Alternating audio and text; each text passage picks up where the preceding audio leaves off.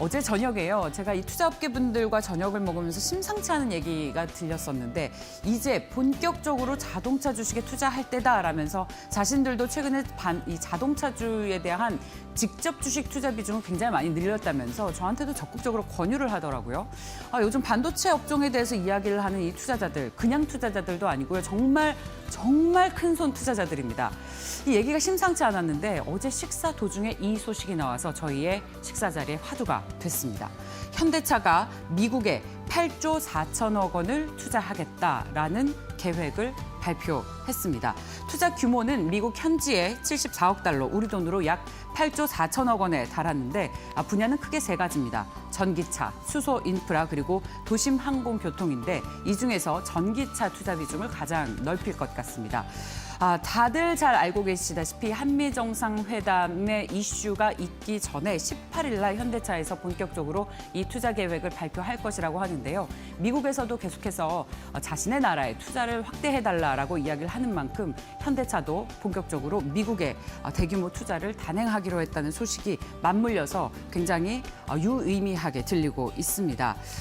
정의선 현대차 회장이 지난달 직접 미국의 엘레베마 현대차 공장을 방문했고요. 이 투자로 인해서 미국 내에 현대차 MS가 확대될 것이라는 기대가 증권사들에서 나오고 있을 뿐만 아니라 미국에서는 조만간 전기차 보조금을 확대하는 방안을 발표할 예정이기 때문에 여러모로 호재가 될 것 같습니다. 투자하시는데 참고해 보시고요. 저희도 계속해서 깊이 고민해 보도록 하겠습니다.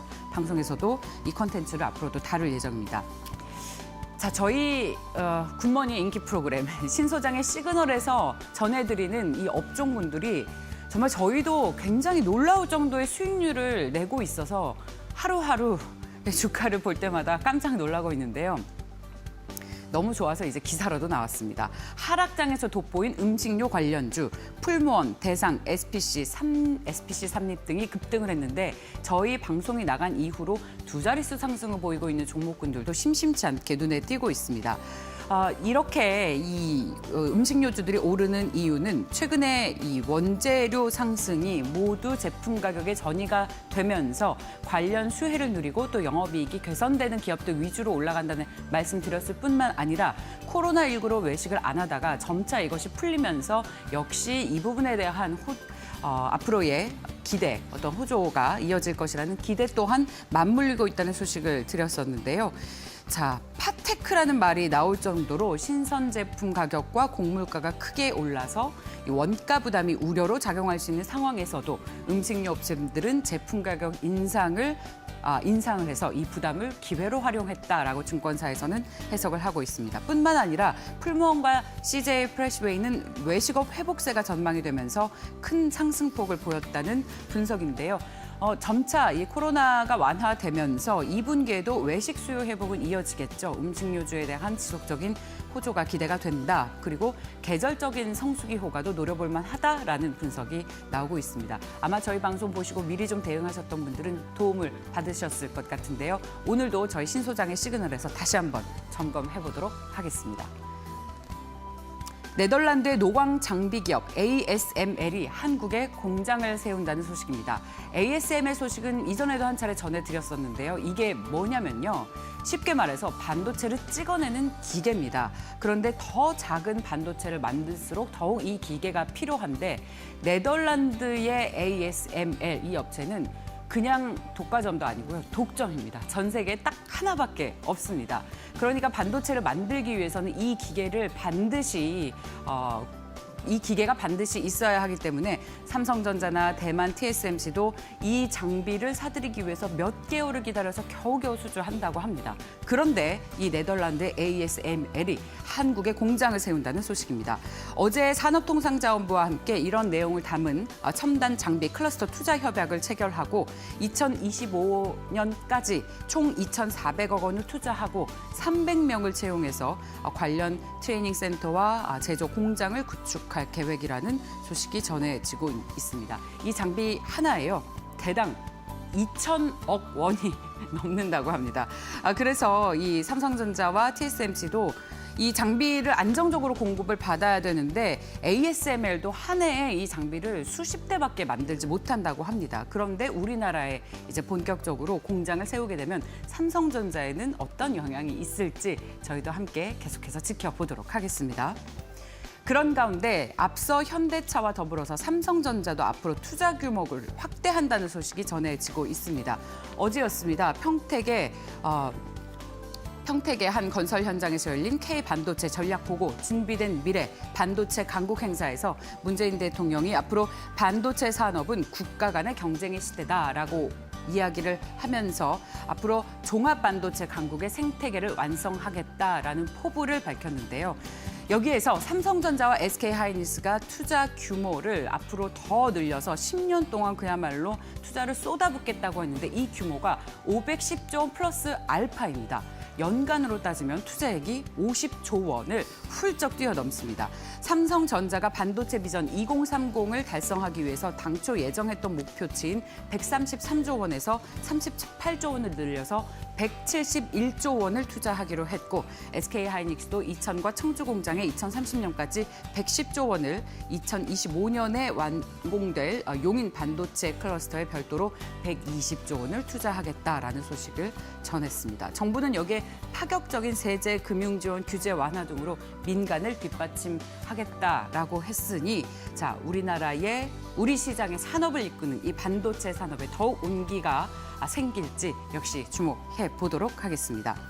삼성전자가 대규모 반도체 공장을 미국에 증설한다는 계획을 발표할 것이다라는 이야기와 더불어서 LG와 SK 역시 배터리 투자 계획을 검토를 하고 있다는 소식도 잠시 후 전해드리겠습니다. 이렇게 반도체 시장에 호재가 있음에도 불구하고 삼성전자 주가는 7만 원대로 내려앉았습니다. 특히 외국인의 매도세에 연중 최저가를 기록을 하고 있는데 도대체 삼성전자가 왜 빠지냐, 빠질 이유가 없다라고 물었더니 이 투자자들은 이렇게 얘기를 하더라고요. 이외에도 요즘에 실적이 좋아서 예상을 뛰어넘는 이익 성장을 기록하는 회사들이 너무 많기 때문에 투자자들의 외면을 좀 받는 것이다라는 이야기를 하고 있는데요. 요즘에 이렇게 투자를 확대하고 대규모 공장을 증설한다는 소식들이 앞으로 주가 회복에 좀 도움이 될 수 있을지 역시 관심 있게 지켜보도록 하겠습니다. 자, 다음 소식 볼까요? 네, 자, 앞서서 삼성전자, 현대차가 미국에 대규모 증설하는 투자 계획을 발표했다고 말씀드렸는데 LG와 SK 역시 배터리 투자 계획을 검토하고 있는 가운데 SK이노베이션이 어제 실적 발표 이후에 가진 컨퍼런스 콜에서 앞으로 다임러와 현대차, 기아 등 기존 고객뿐만 아니라 포드나 폭스바겐 등 글로벌 완성차 업체와의 신규 수주를 지속적으로 추진하고 있다라고 전해지고 있습니다. 수주 잔고는 현재 매출액 기준으로 80조 원 수준인데 그간 사업에 있었던 불확실성이 해소되면서 앞으로 추가 수주가 가까운 시일 내에 가시화될 것이라고 이야기를 했으니까 추가 수주 소식이 나올 것 같습니다. SK이노베이션의 주가도 한번 관심 있게 지켜보시면 좋겠습니다. 자, 오늘 여의도에서는 어떤 이슈에 관심을 가지고 있을지 듣겠습니다. 유한타증권 영업부의 박우경 차장입니다. 안녕하세요, 박 차장님. 네, 안녕하십니까? 네, 오늘 어떤 이슈에 관심 갖고 계세요? 최근 들어서 이제 업종별 희비가 상당히 조금은 엇갈리는 상당히 좀 어려운 장이 좀 지속이 되고 있습니다.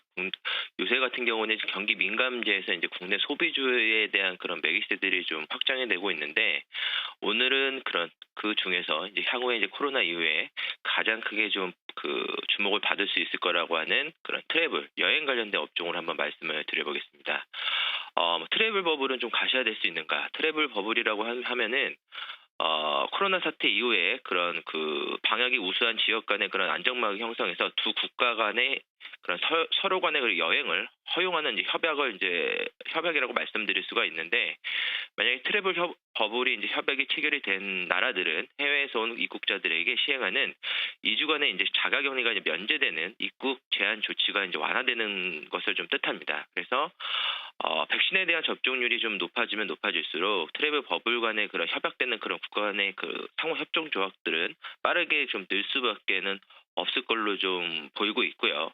그렇기 때문에 여행이라든가 이연 수요, 보복적인 그런 여행 수요에 대한 해당되는 항공, 호텔, 여행 업종에 대한 이익의 성장 폭은 저희가 생각했던 것보다 빠르게 올라갈 수밖에는 없을 것이다라고 좀 보여주고 있습니다. 최근 들어서도 주가도 이미 뭐 기업의 이익 실적 대비해서 글로벌적으로도 좀 빠르게 좀 올라가고 있고요. 그렇기 때문에 프라이스라든가 Q에 대한 증가, 최근 들어서는 이제 코로나 때문에 가격에 대한 통제들이 상당히 좀 진전이 되고 있기 때문에 더 이상의 그 가격에 대한 다운은 없을 걸로 좀 보이고 있어서 하반기부터는 본격적으로 좀 이런 얘기들이 좀 나오고 있고, 글로벌적으로 유럽이라든가 그런 미국 선진국 같은 경우에는 각국 간에 대한 그런 트래블 버블에 대한 그 상호 협정 조약들이 뉴스로서 속속 좀 나오고 있어서 우리나라에서도 이제는 좀 본격적으로 좀 관심을 가져야 될 때가 아닌가라고 좀 말씀을 드릴 수가 있을 것 같습니다. 관련 주식 가운데서 어떤 종목을 탑픽으로 꼽고 계십니까? 항공, 호텔, 여행 뭐 이런 여러 가지 섹터들 예, 가운데서. 여행주에서는 이제 관심 종목으로는 이제 하나투어, 모두투어가 이제 탑픽으로 좀 말씀을 드릴 수가 있을 것 같고요. 그 다음에 이제 면세 관련된 종목으로는 호텔신라를 좀 말씀을 드릴 수가 있을 것 같고, 항공 관련된 중에서는 LCC의 좀 강자, 진에어를 좀 말씀드릴 수가 있을 것 같습니다.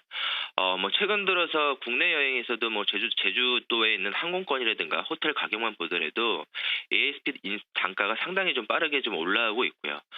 호텔신라 같은 경우에는 면세 같은 경우에도 이제 적자에서 이제 흑자로 이제 돌아올 수 있는 계기들이 이제 2분기부터 좀 실현이 될 수 있을 거로, 본격적으로 좀 빠르게 올라갈 수 있을 걸로 좀 보이고 있고, 뭐 하나투어라든가 뭐 모두투어, 뭐 참전여행, 뭐 노랑풍성 등 각각의 이제 그 여행 상품권들이 아직까지는 뭐 패키지 여행까지는 좀 무리일 수는 있지만 뭐 백신 접종을 한 일부 이제 여행객들에 대한 그런 해외에 대한 수요들은 빠르게 좀 증가되고 있는 것들이 예약 티켓 그 확인율로도 좀 확인이 되고 있어서 이런 쪽에 대한 관심들을 저희가 좀 봐야 되지 않을까라고 좀 말씀을 드릴 수가 있을 것 같습니다. 네, 알겠습니다. 말씀 잘 들었습니다. 고맙습니다.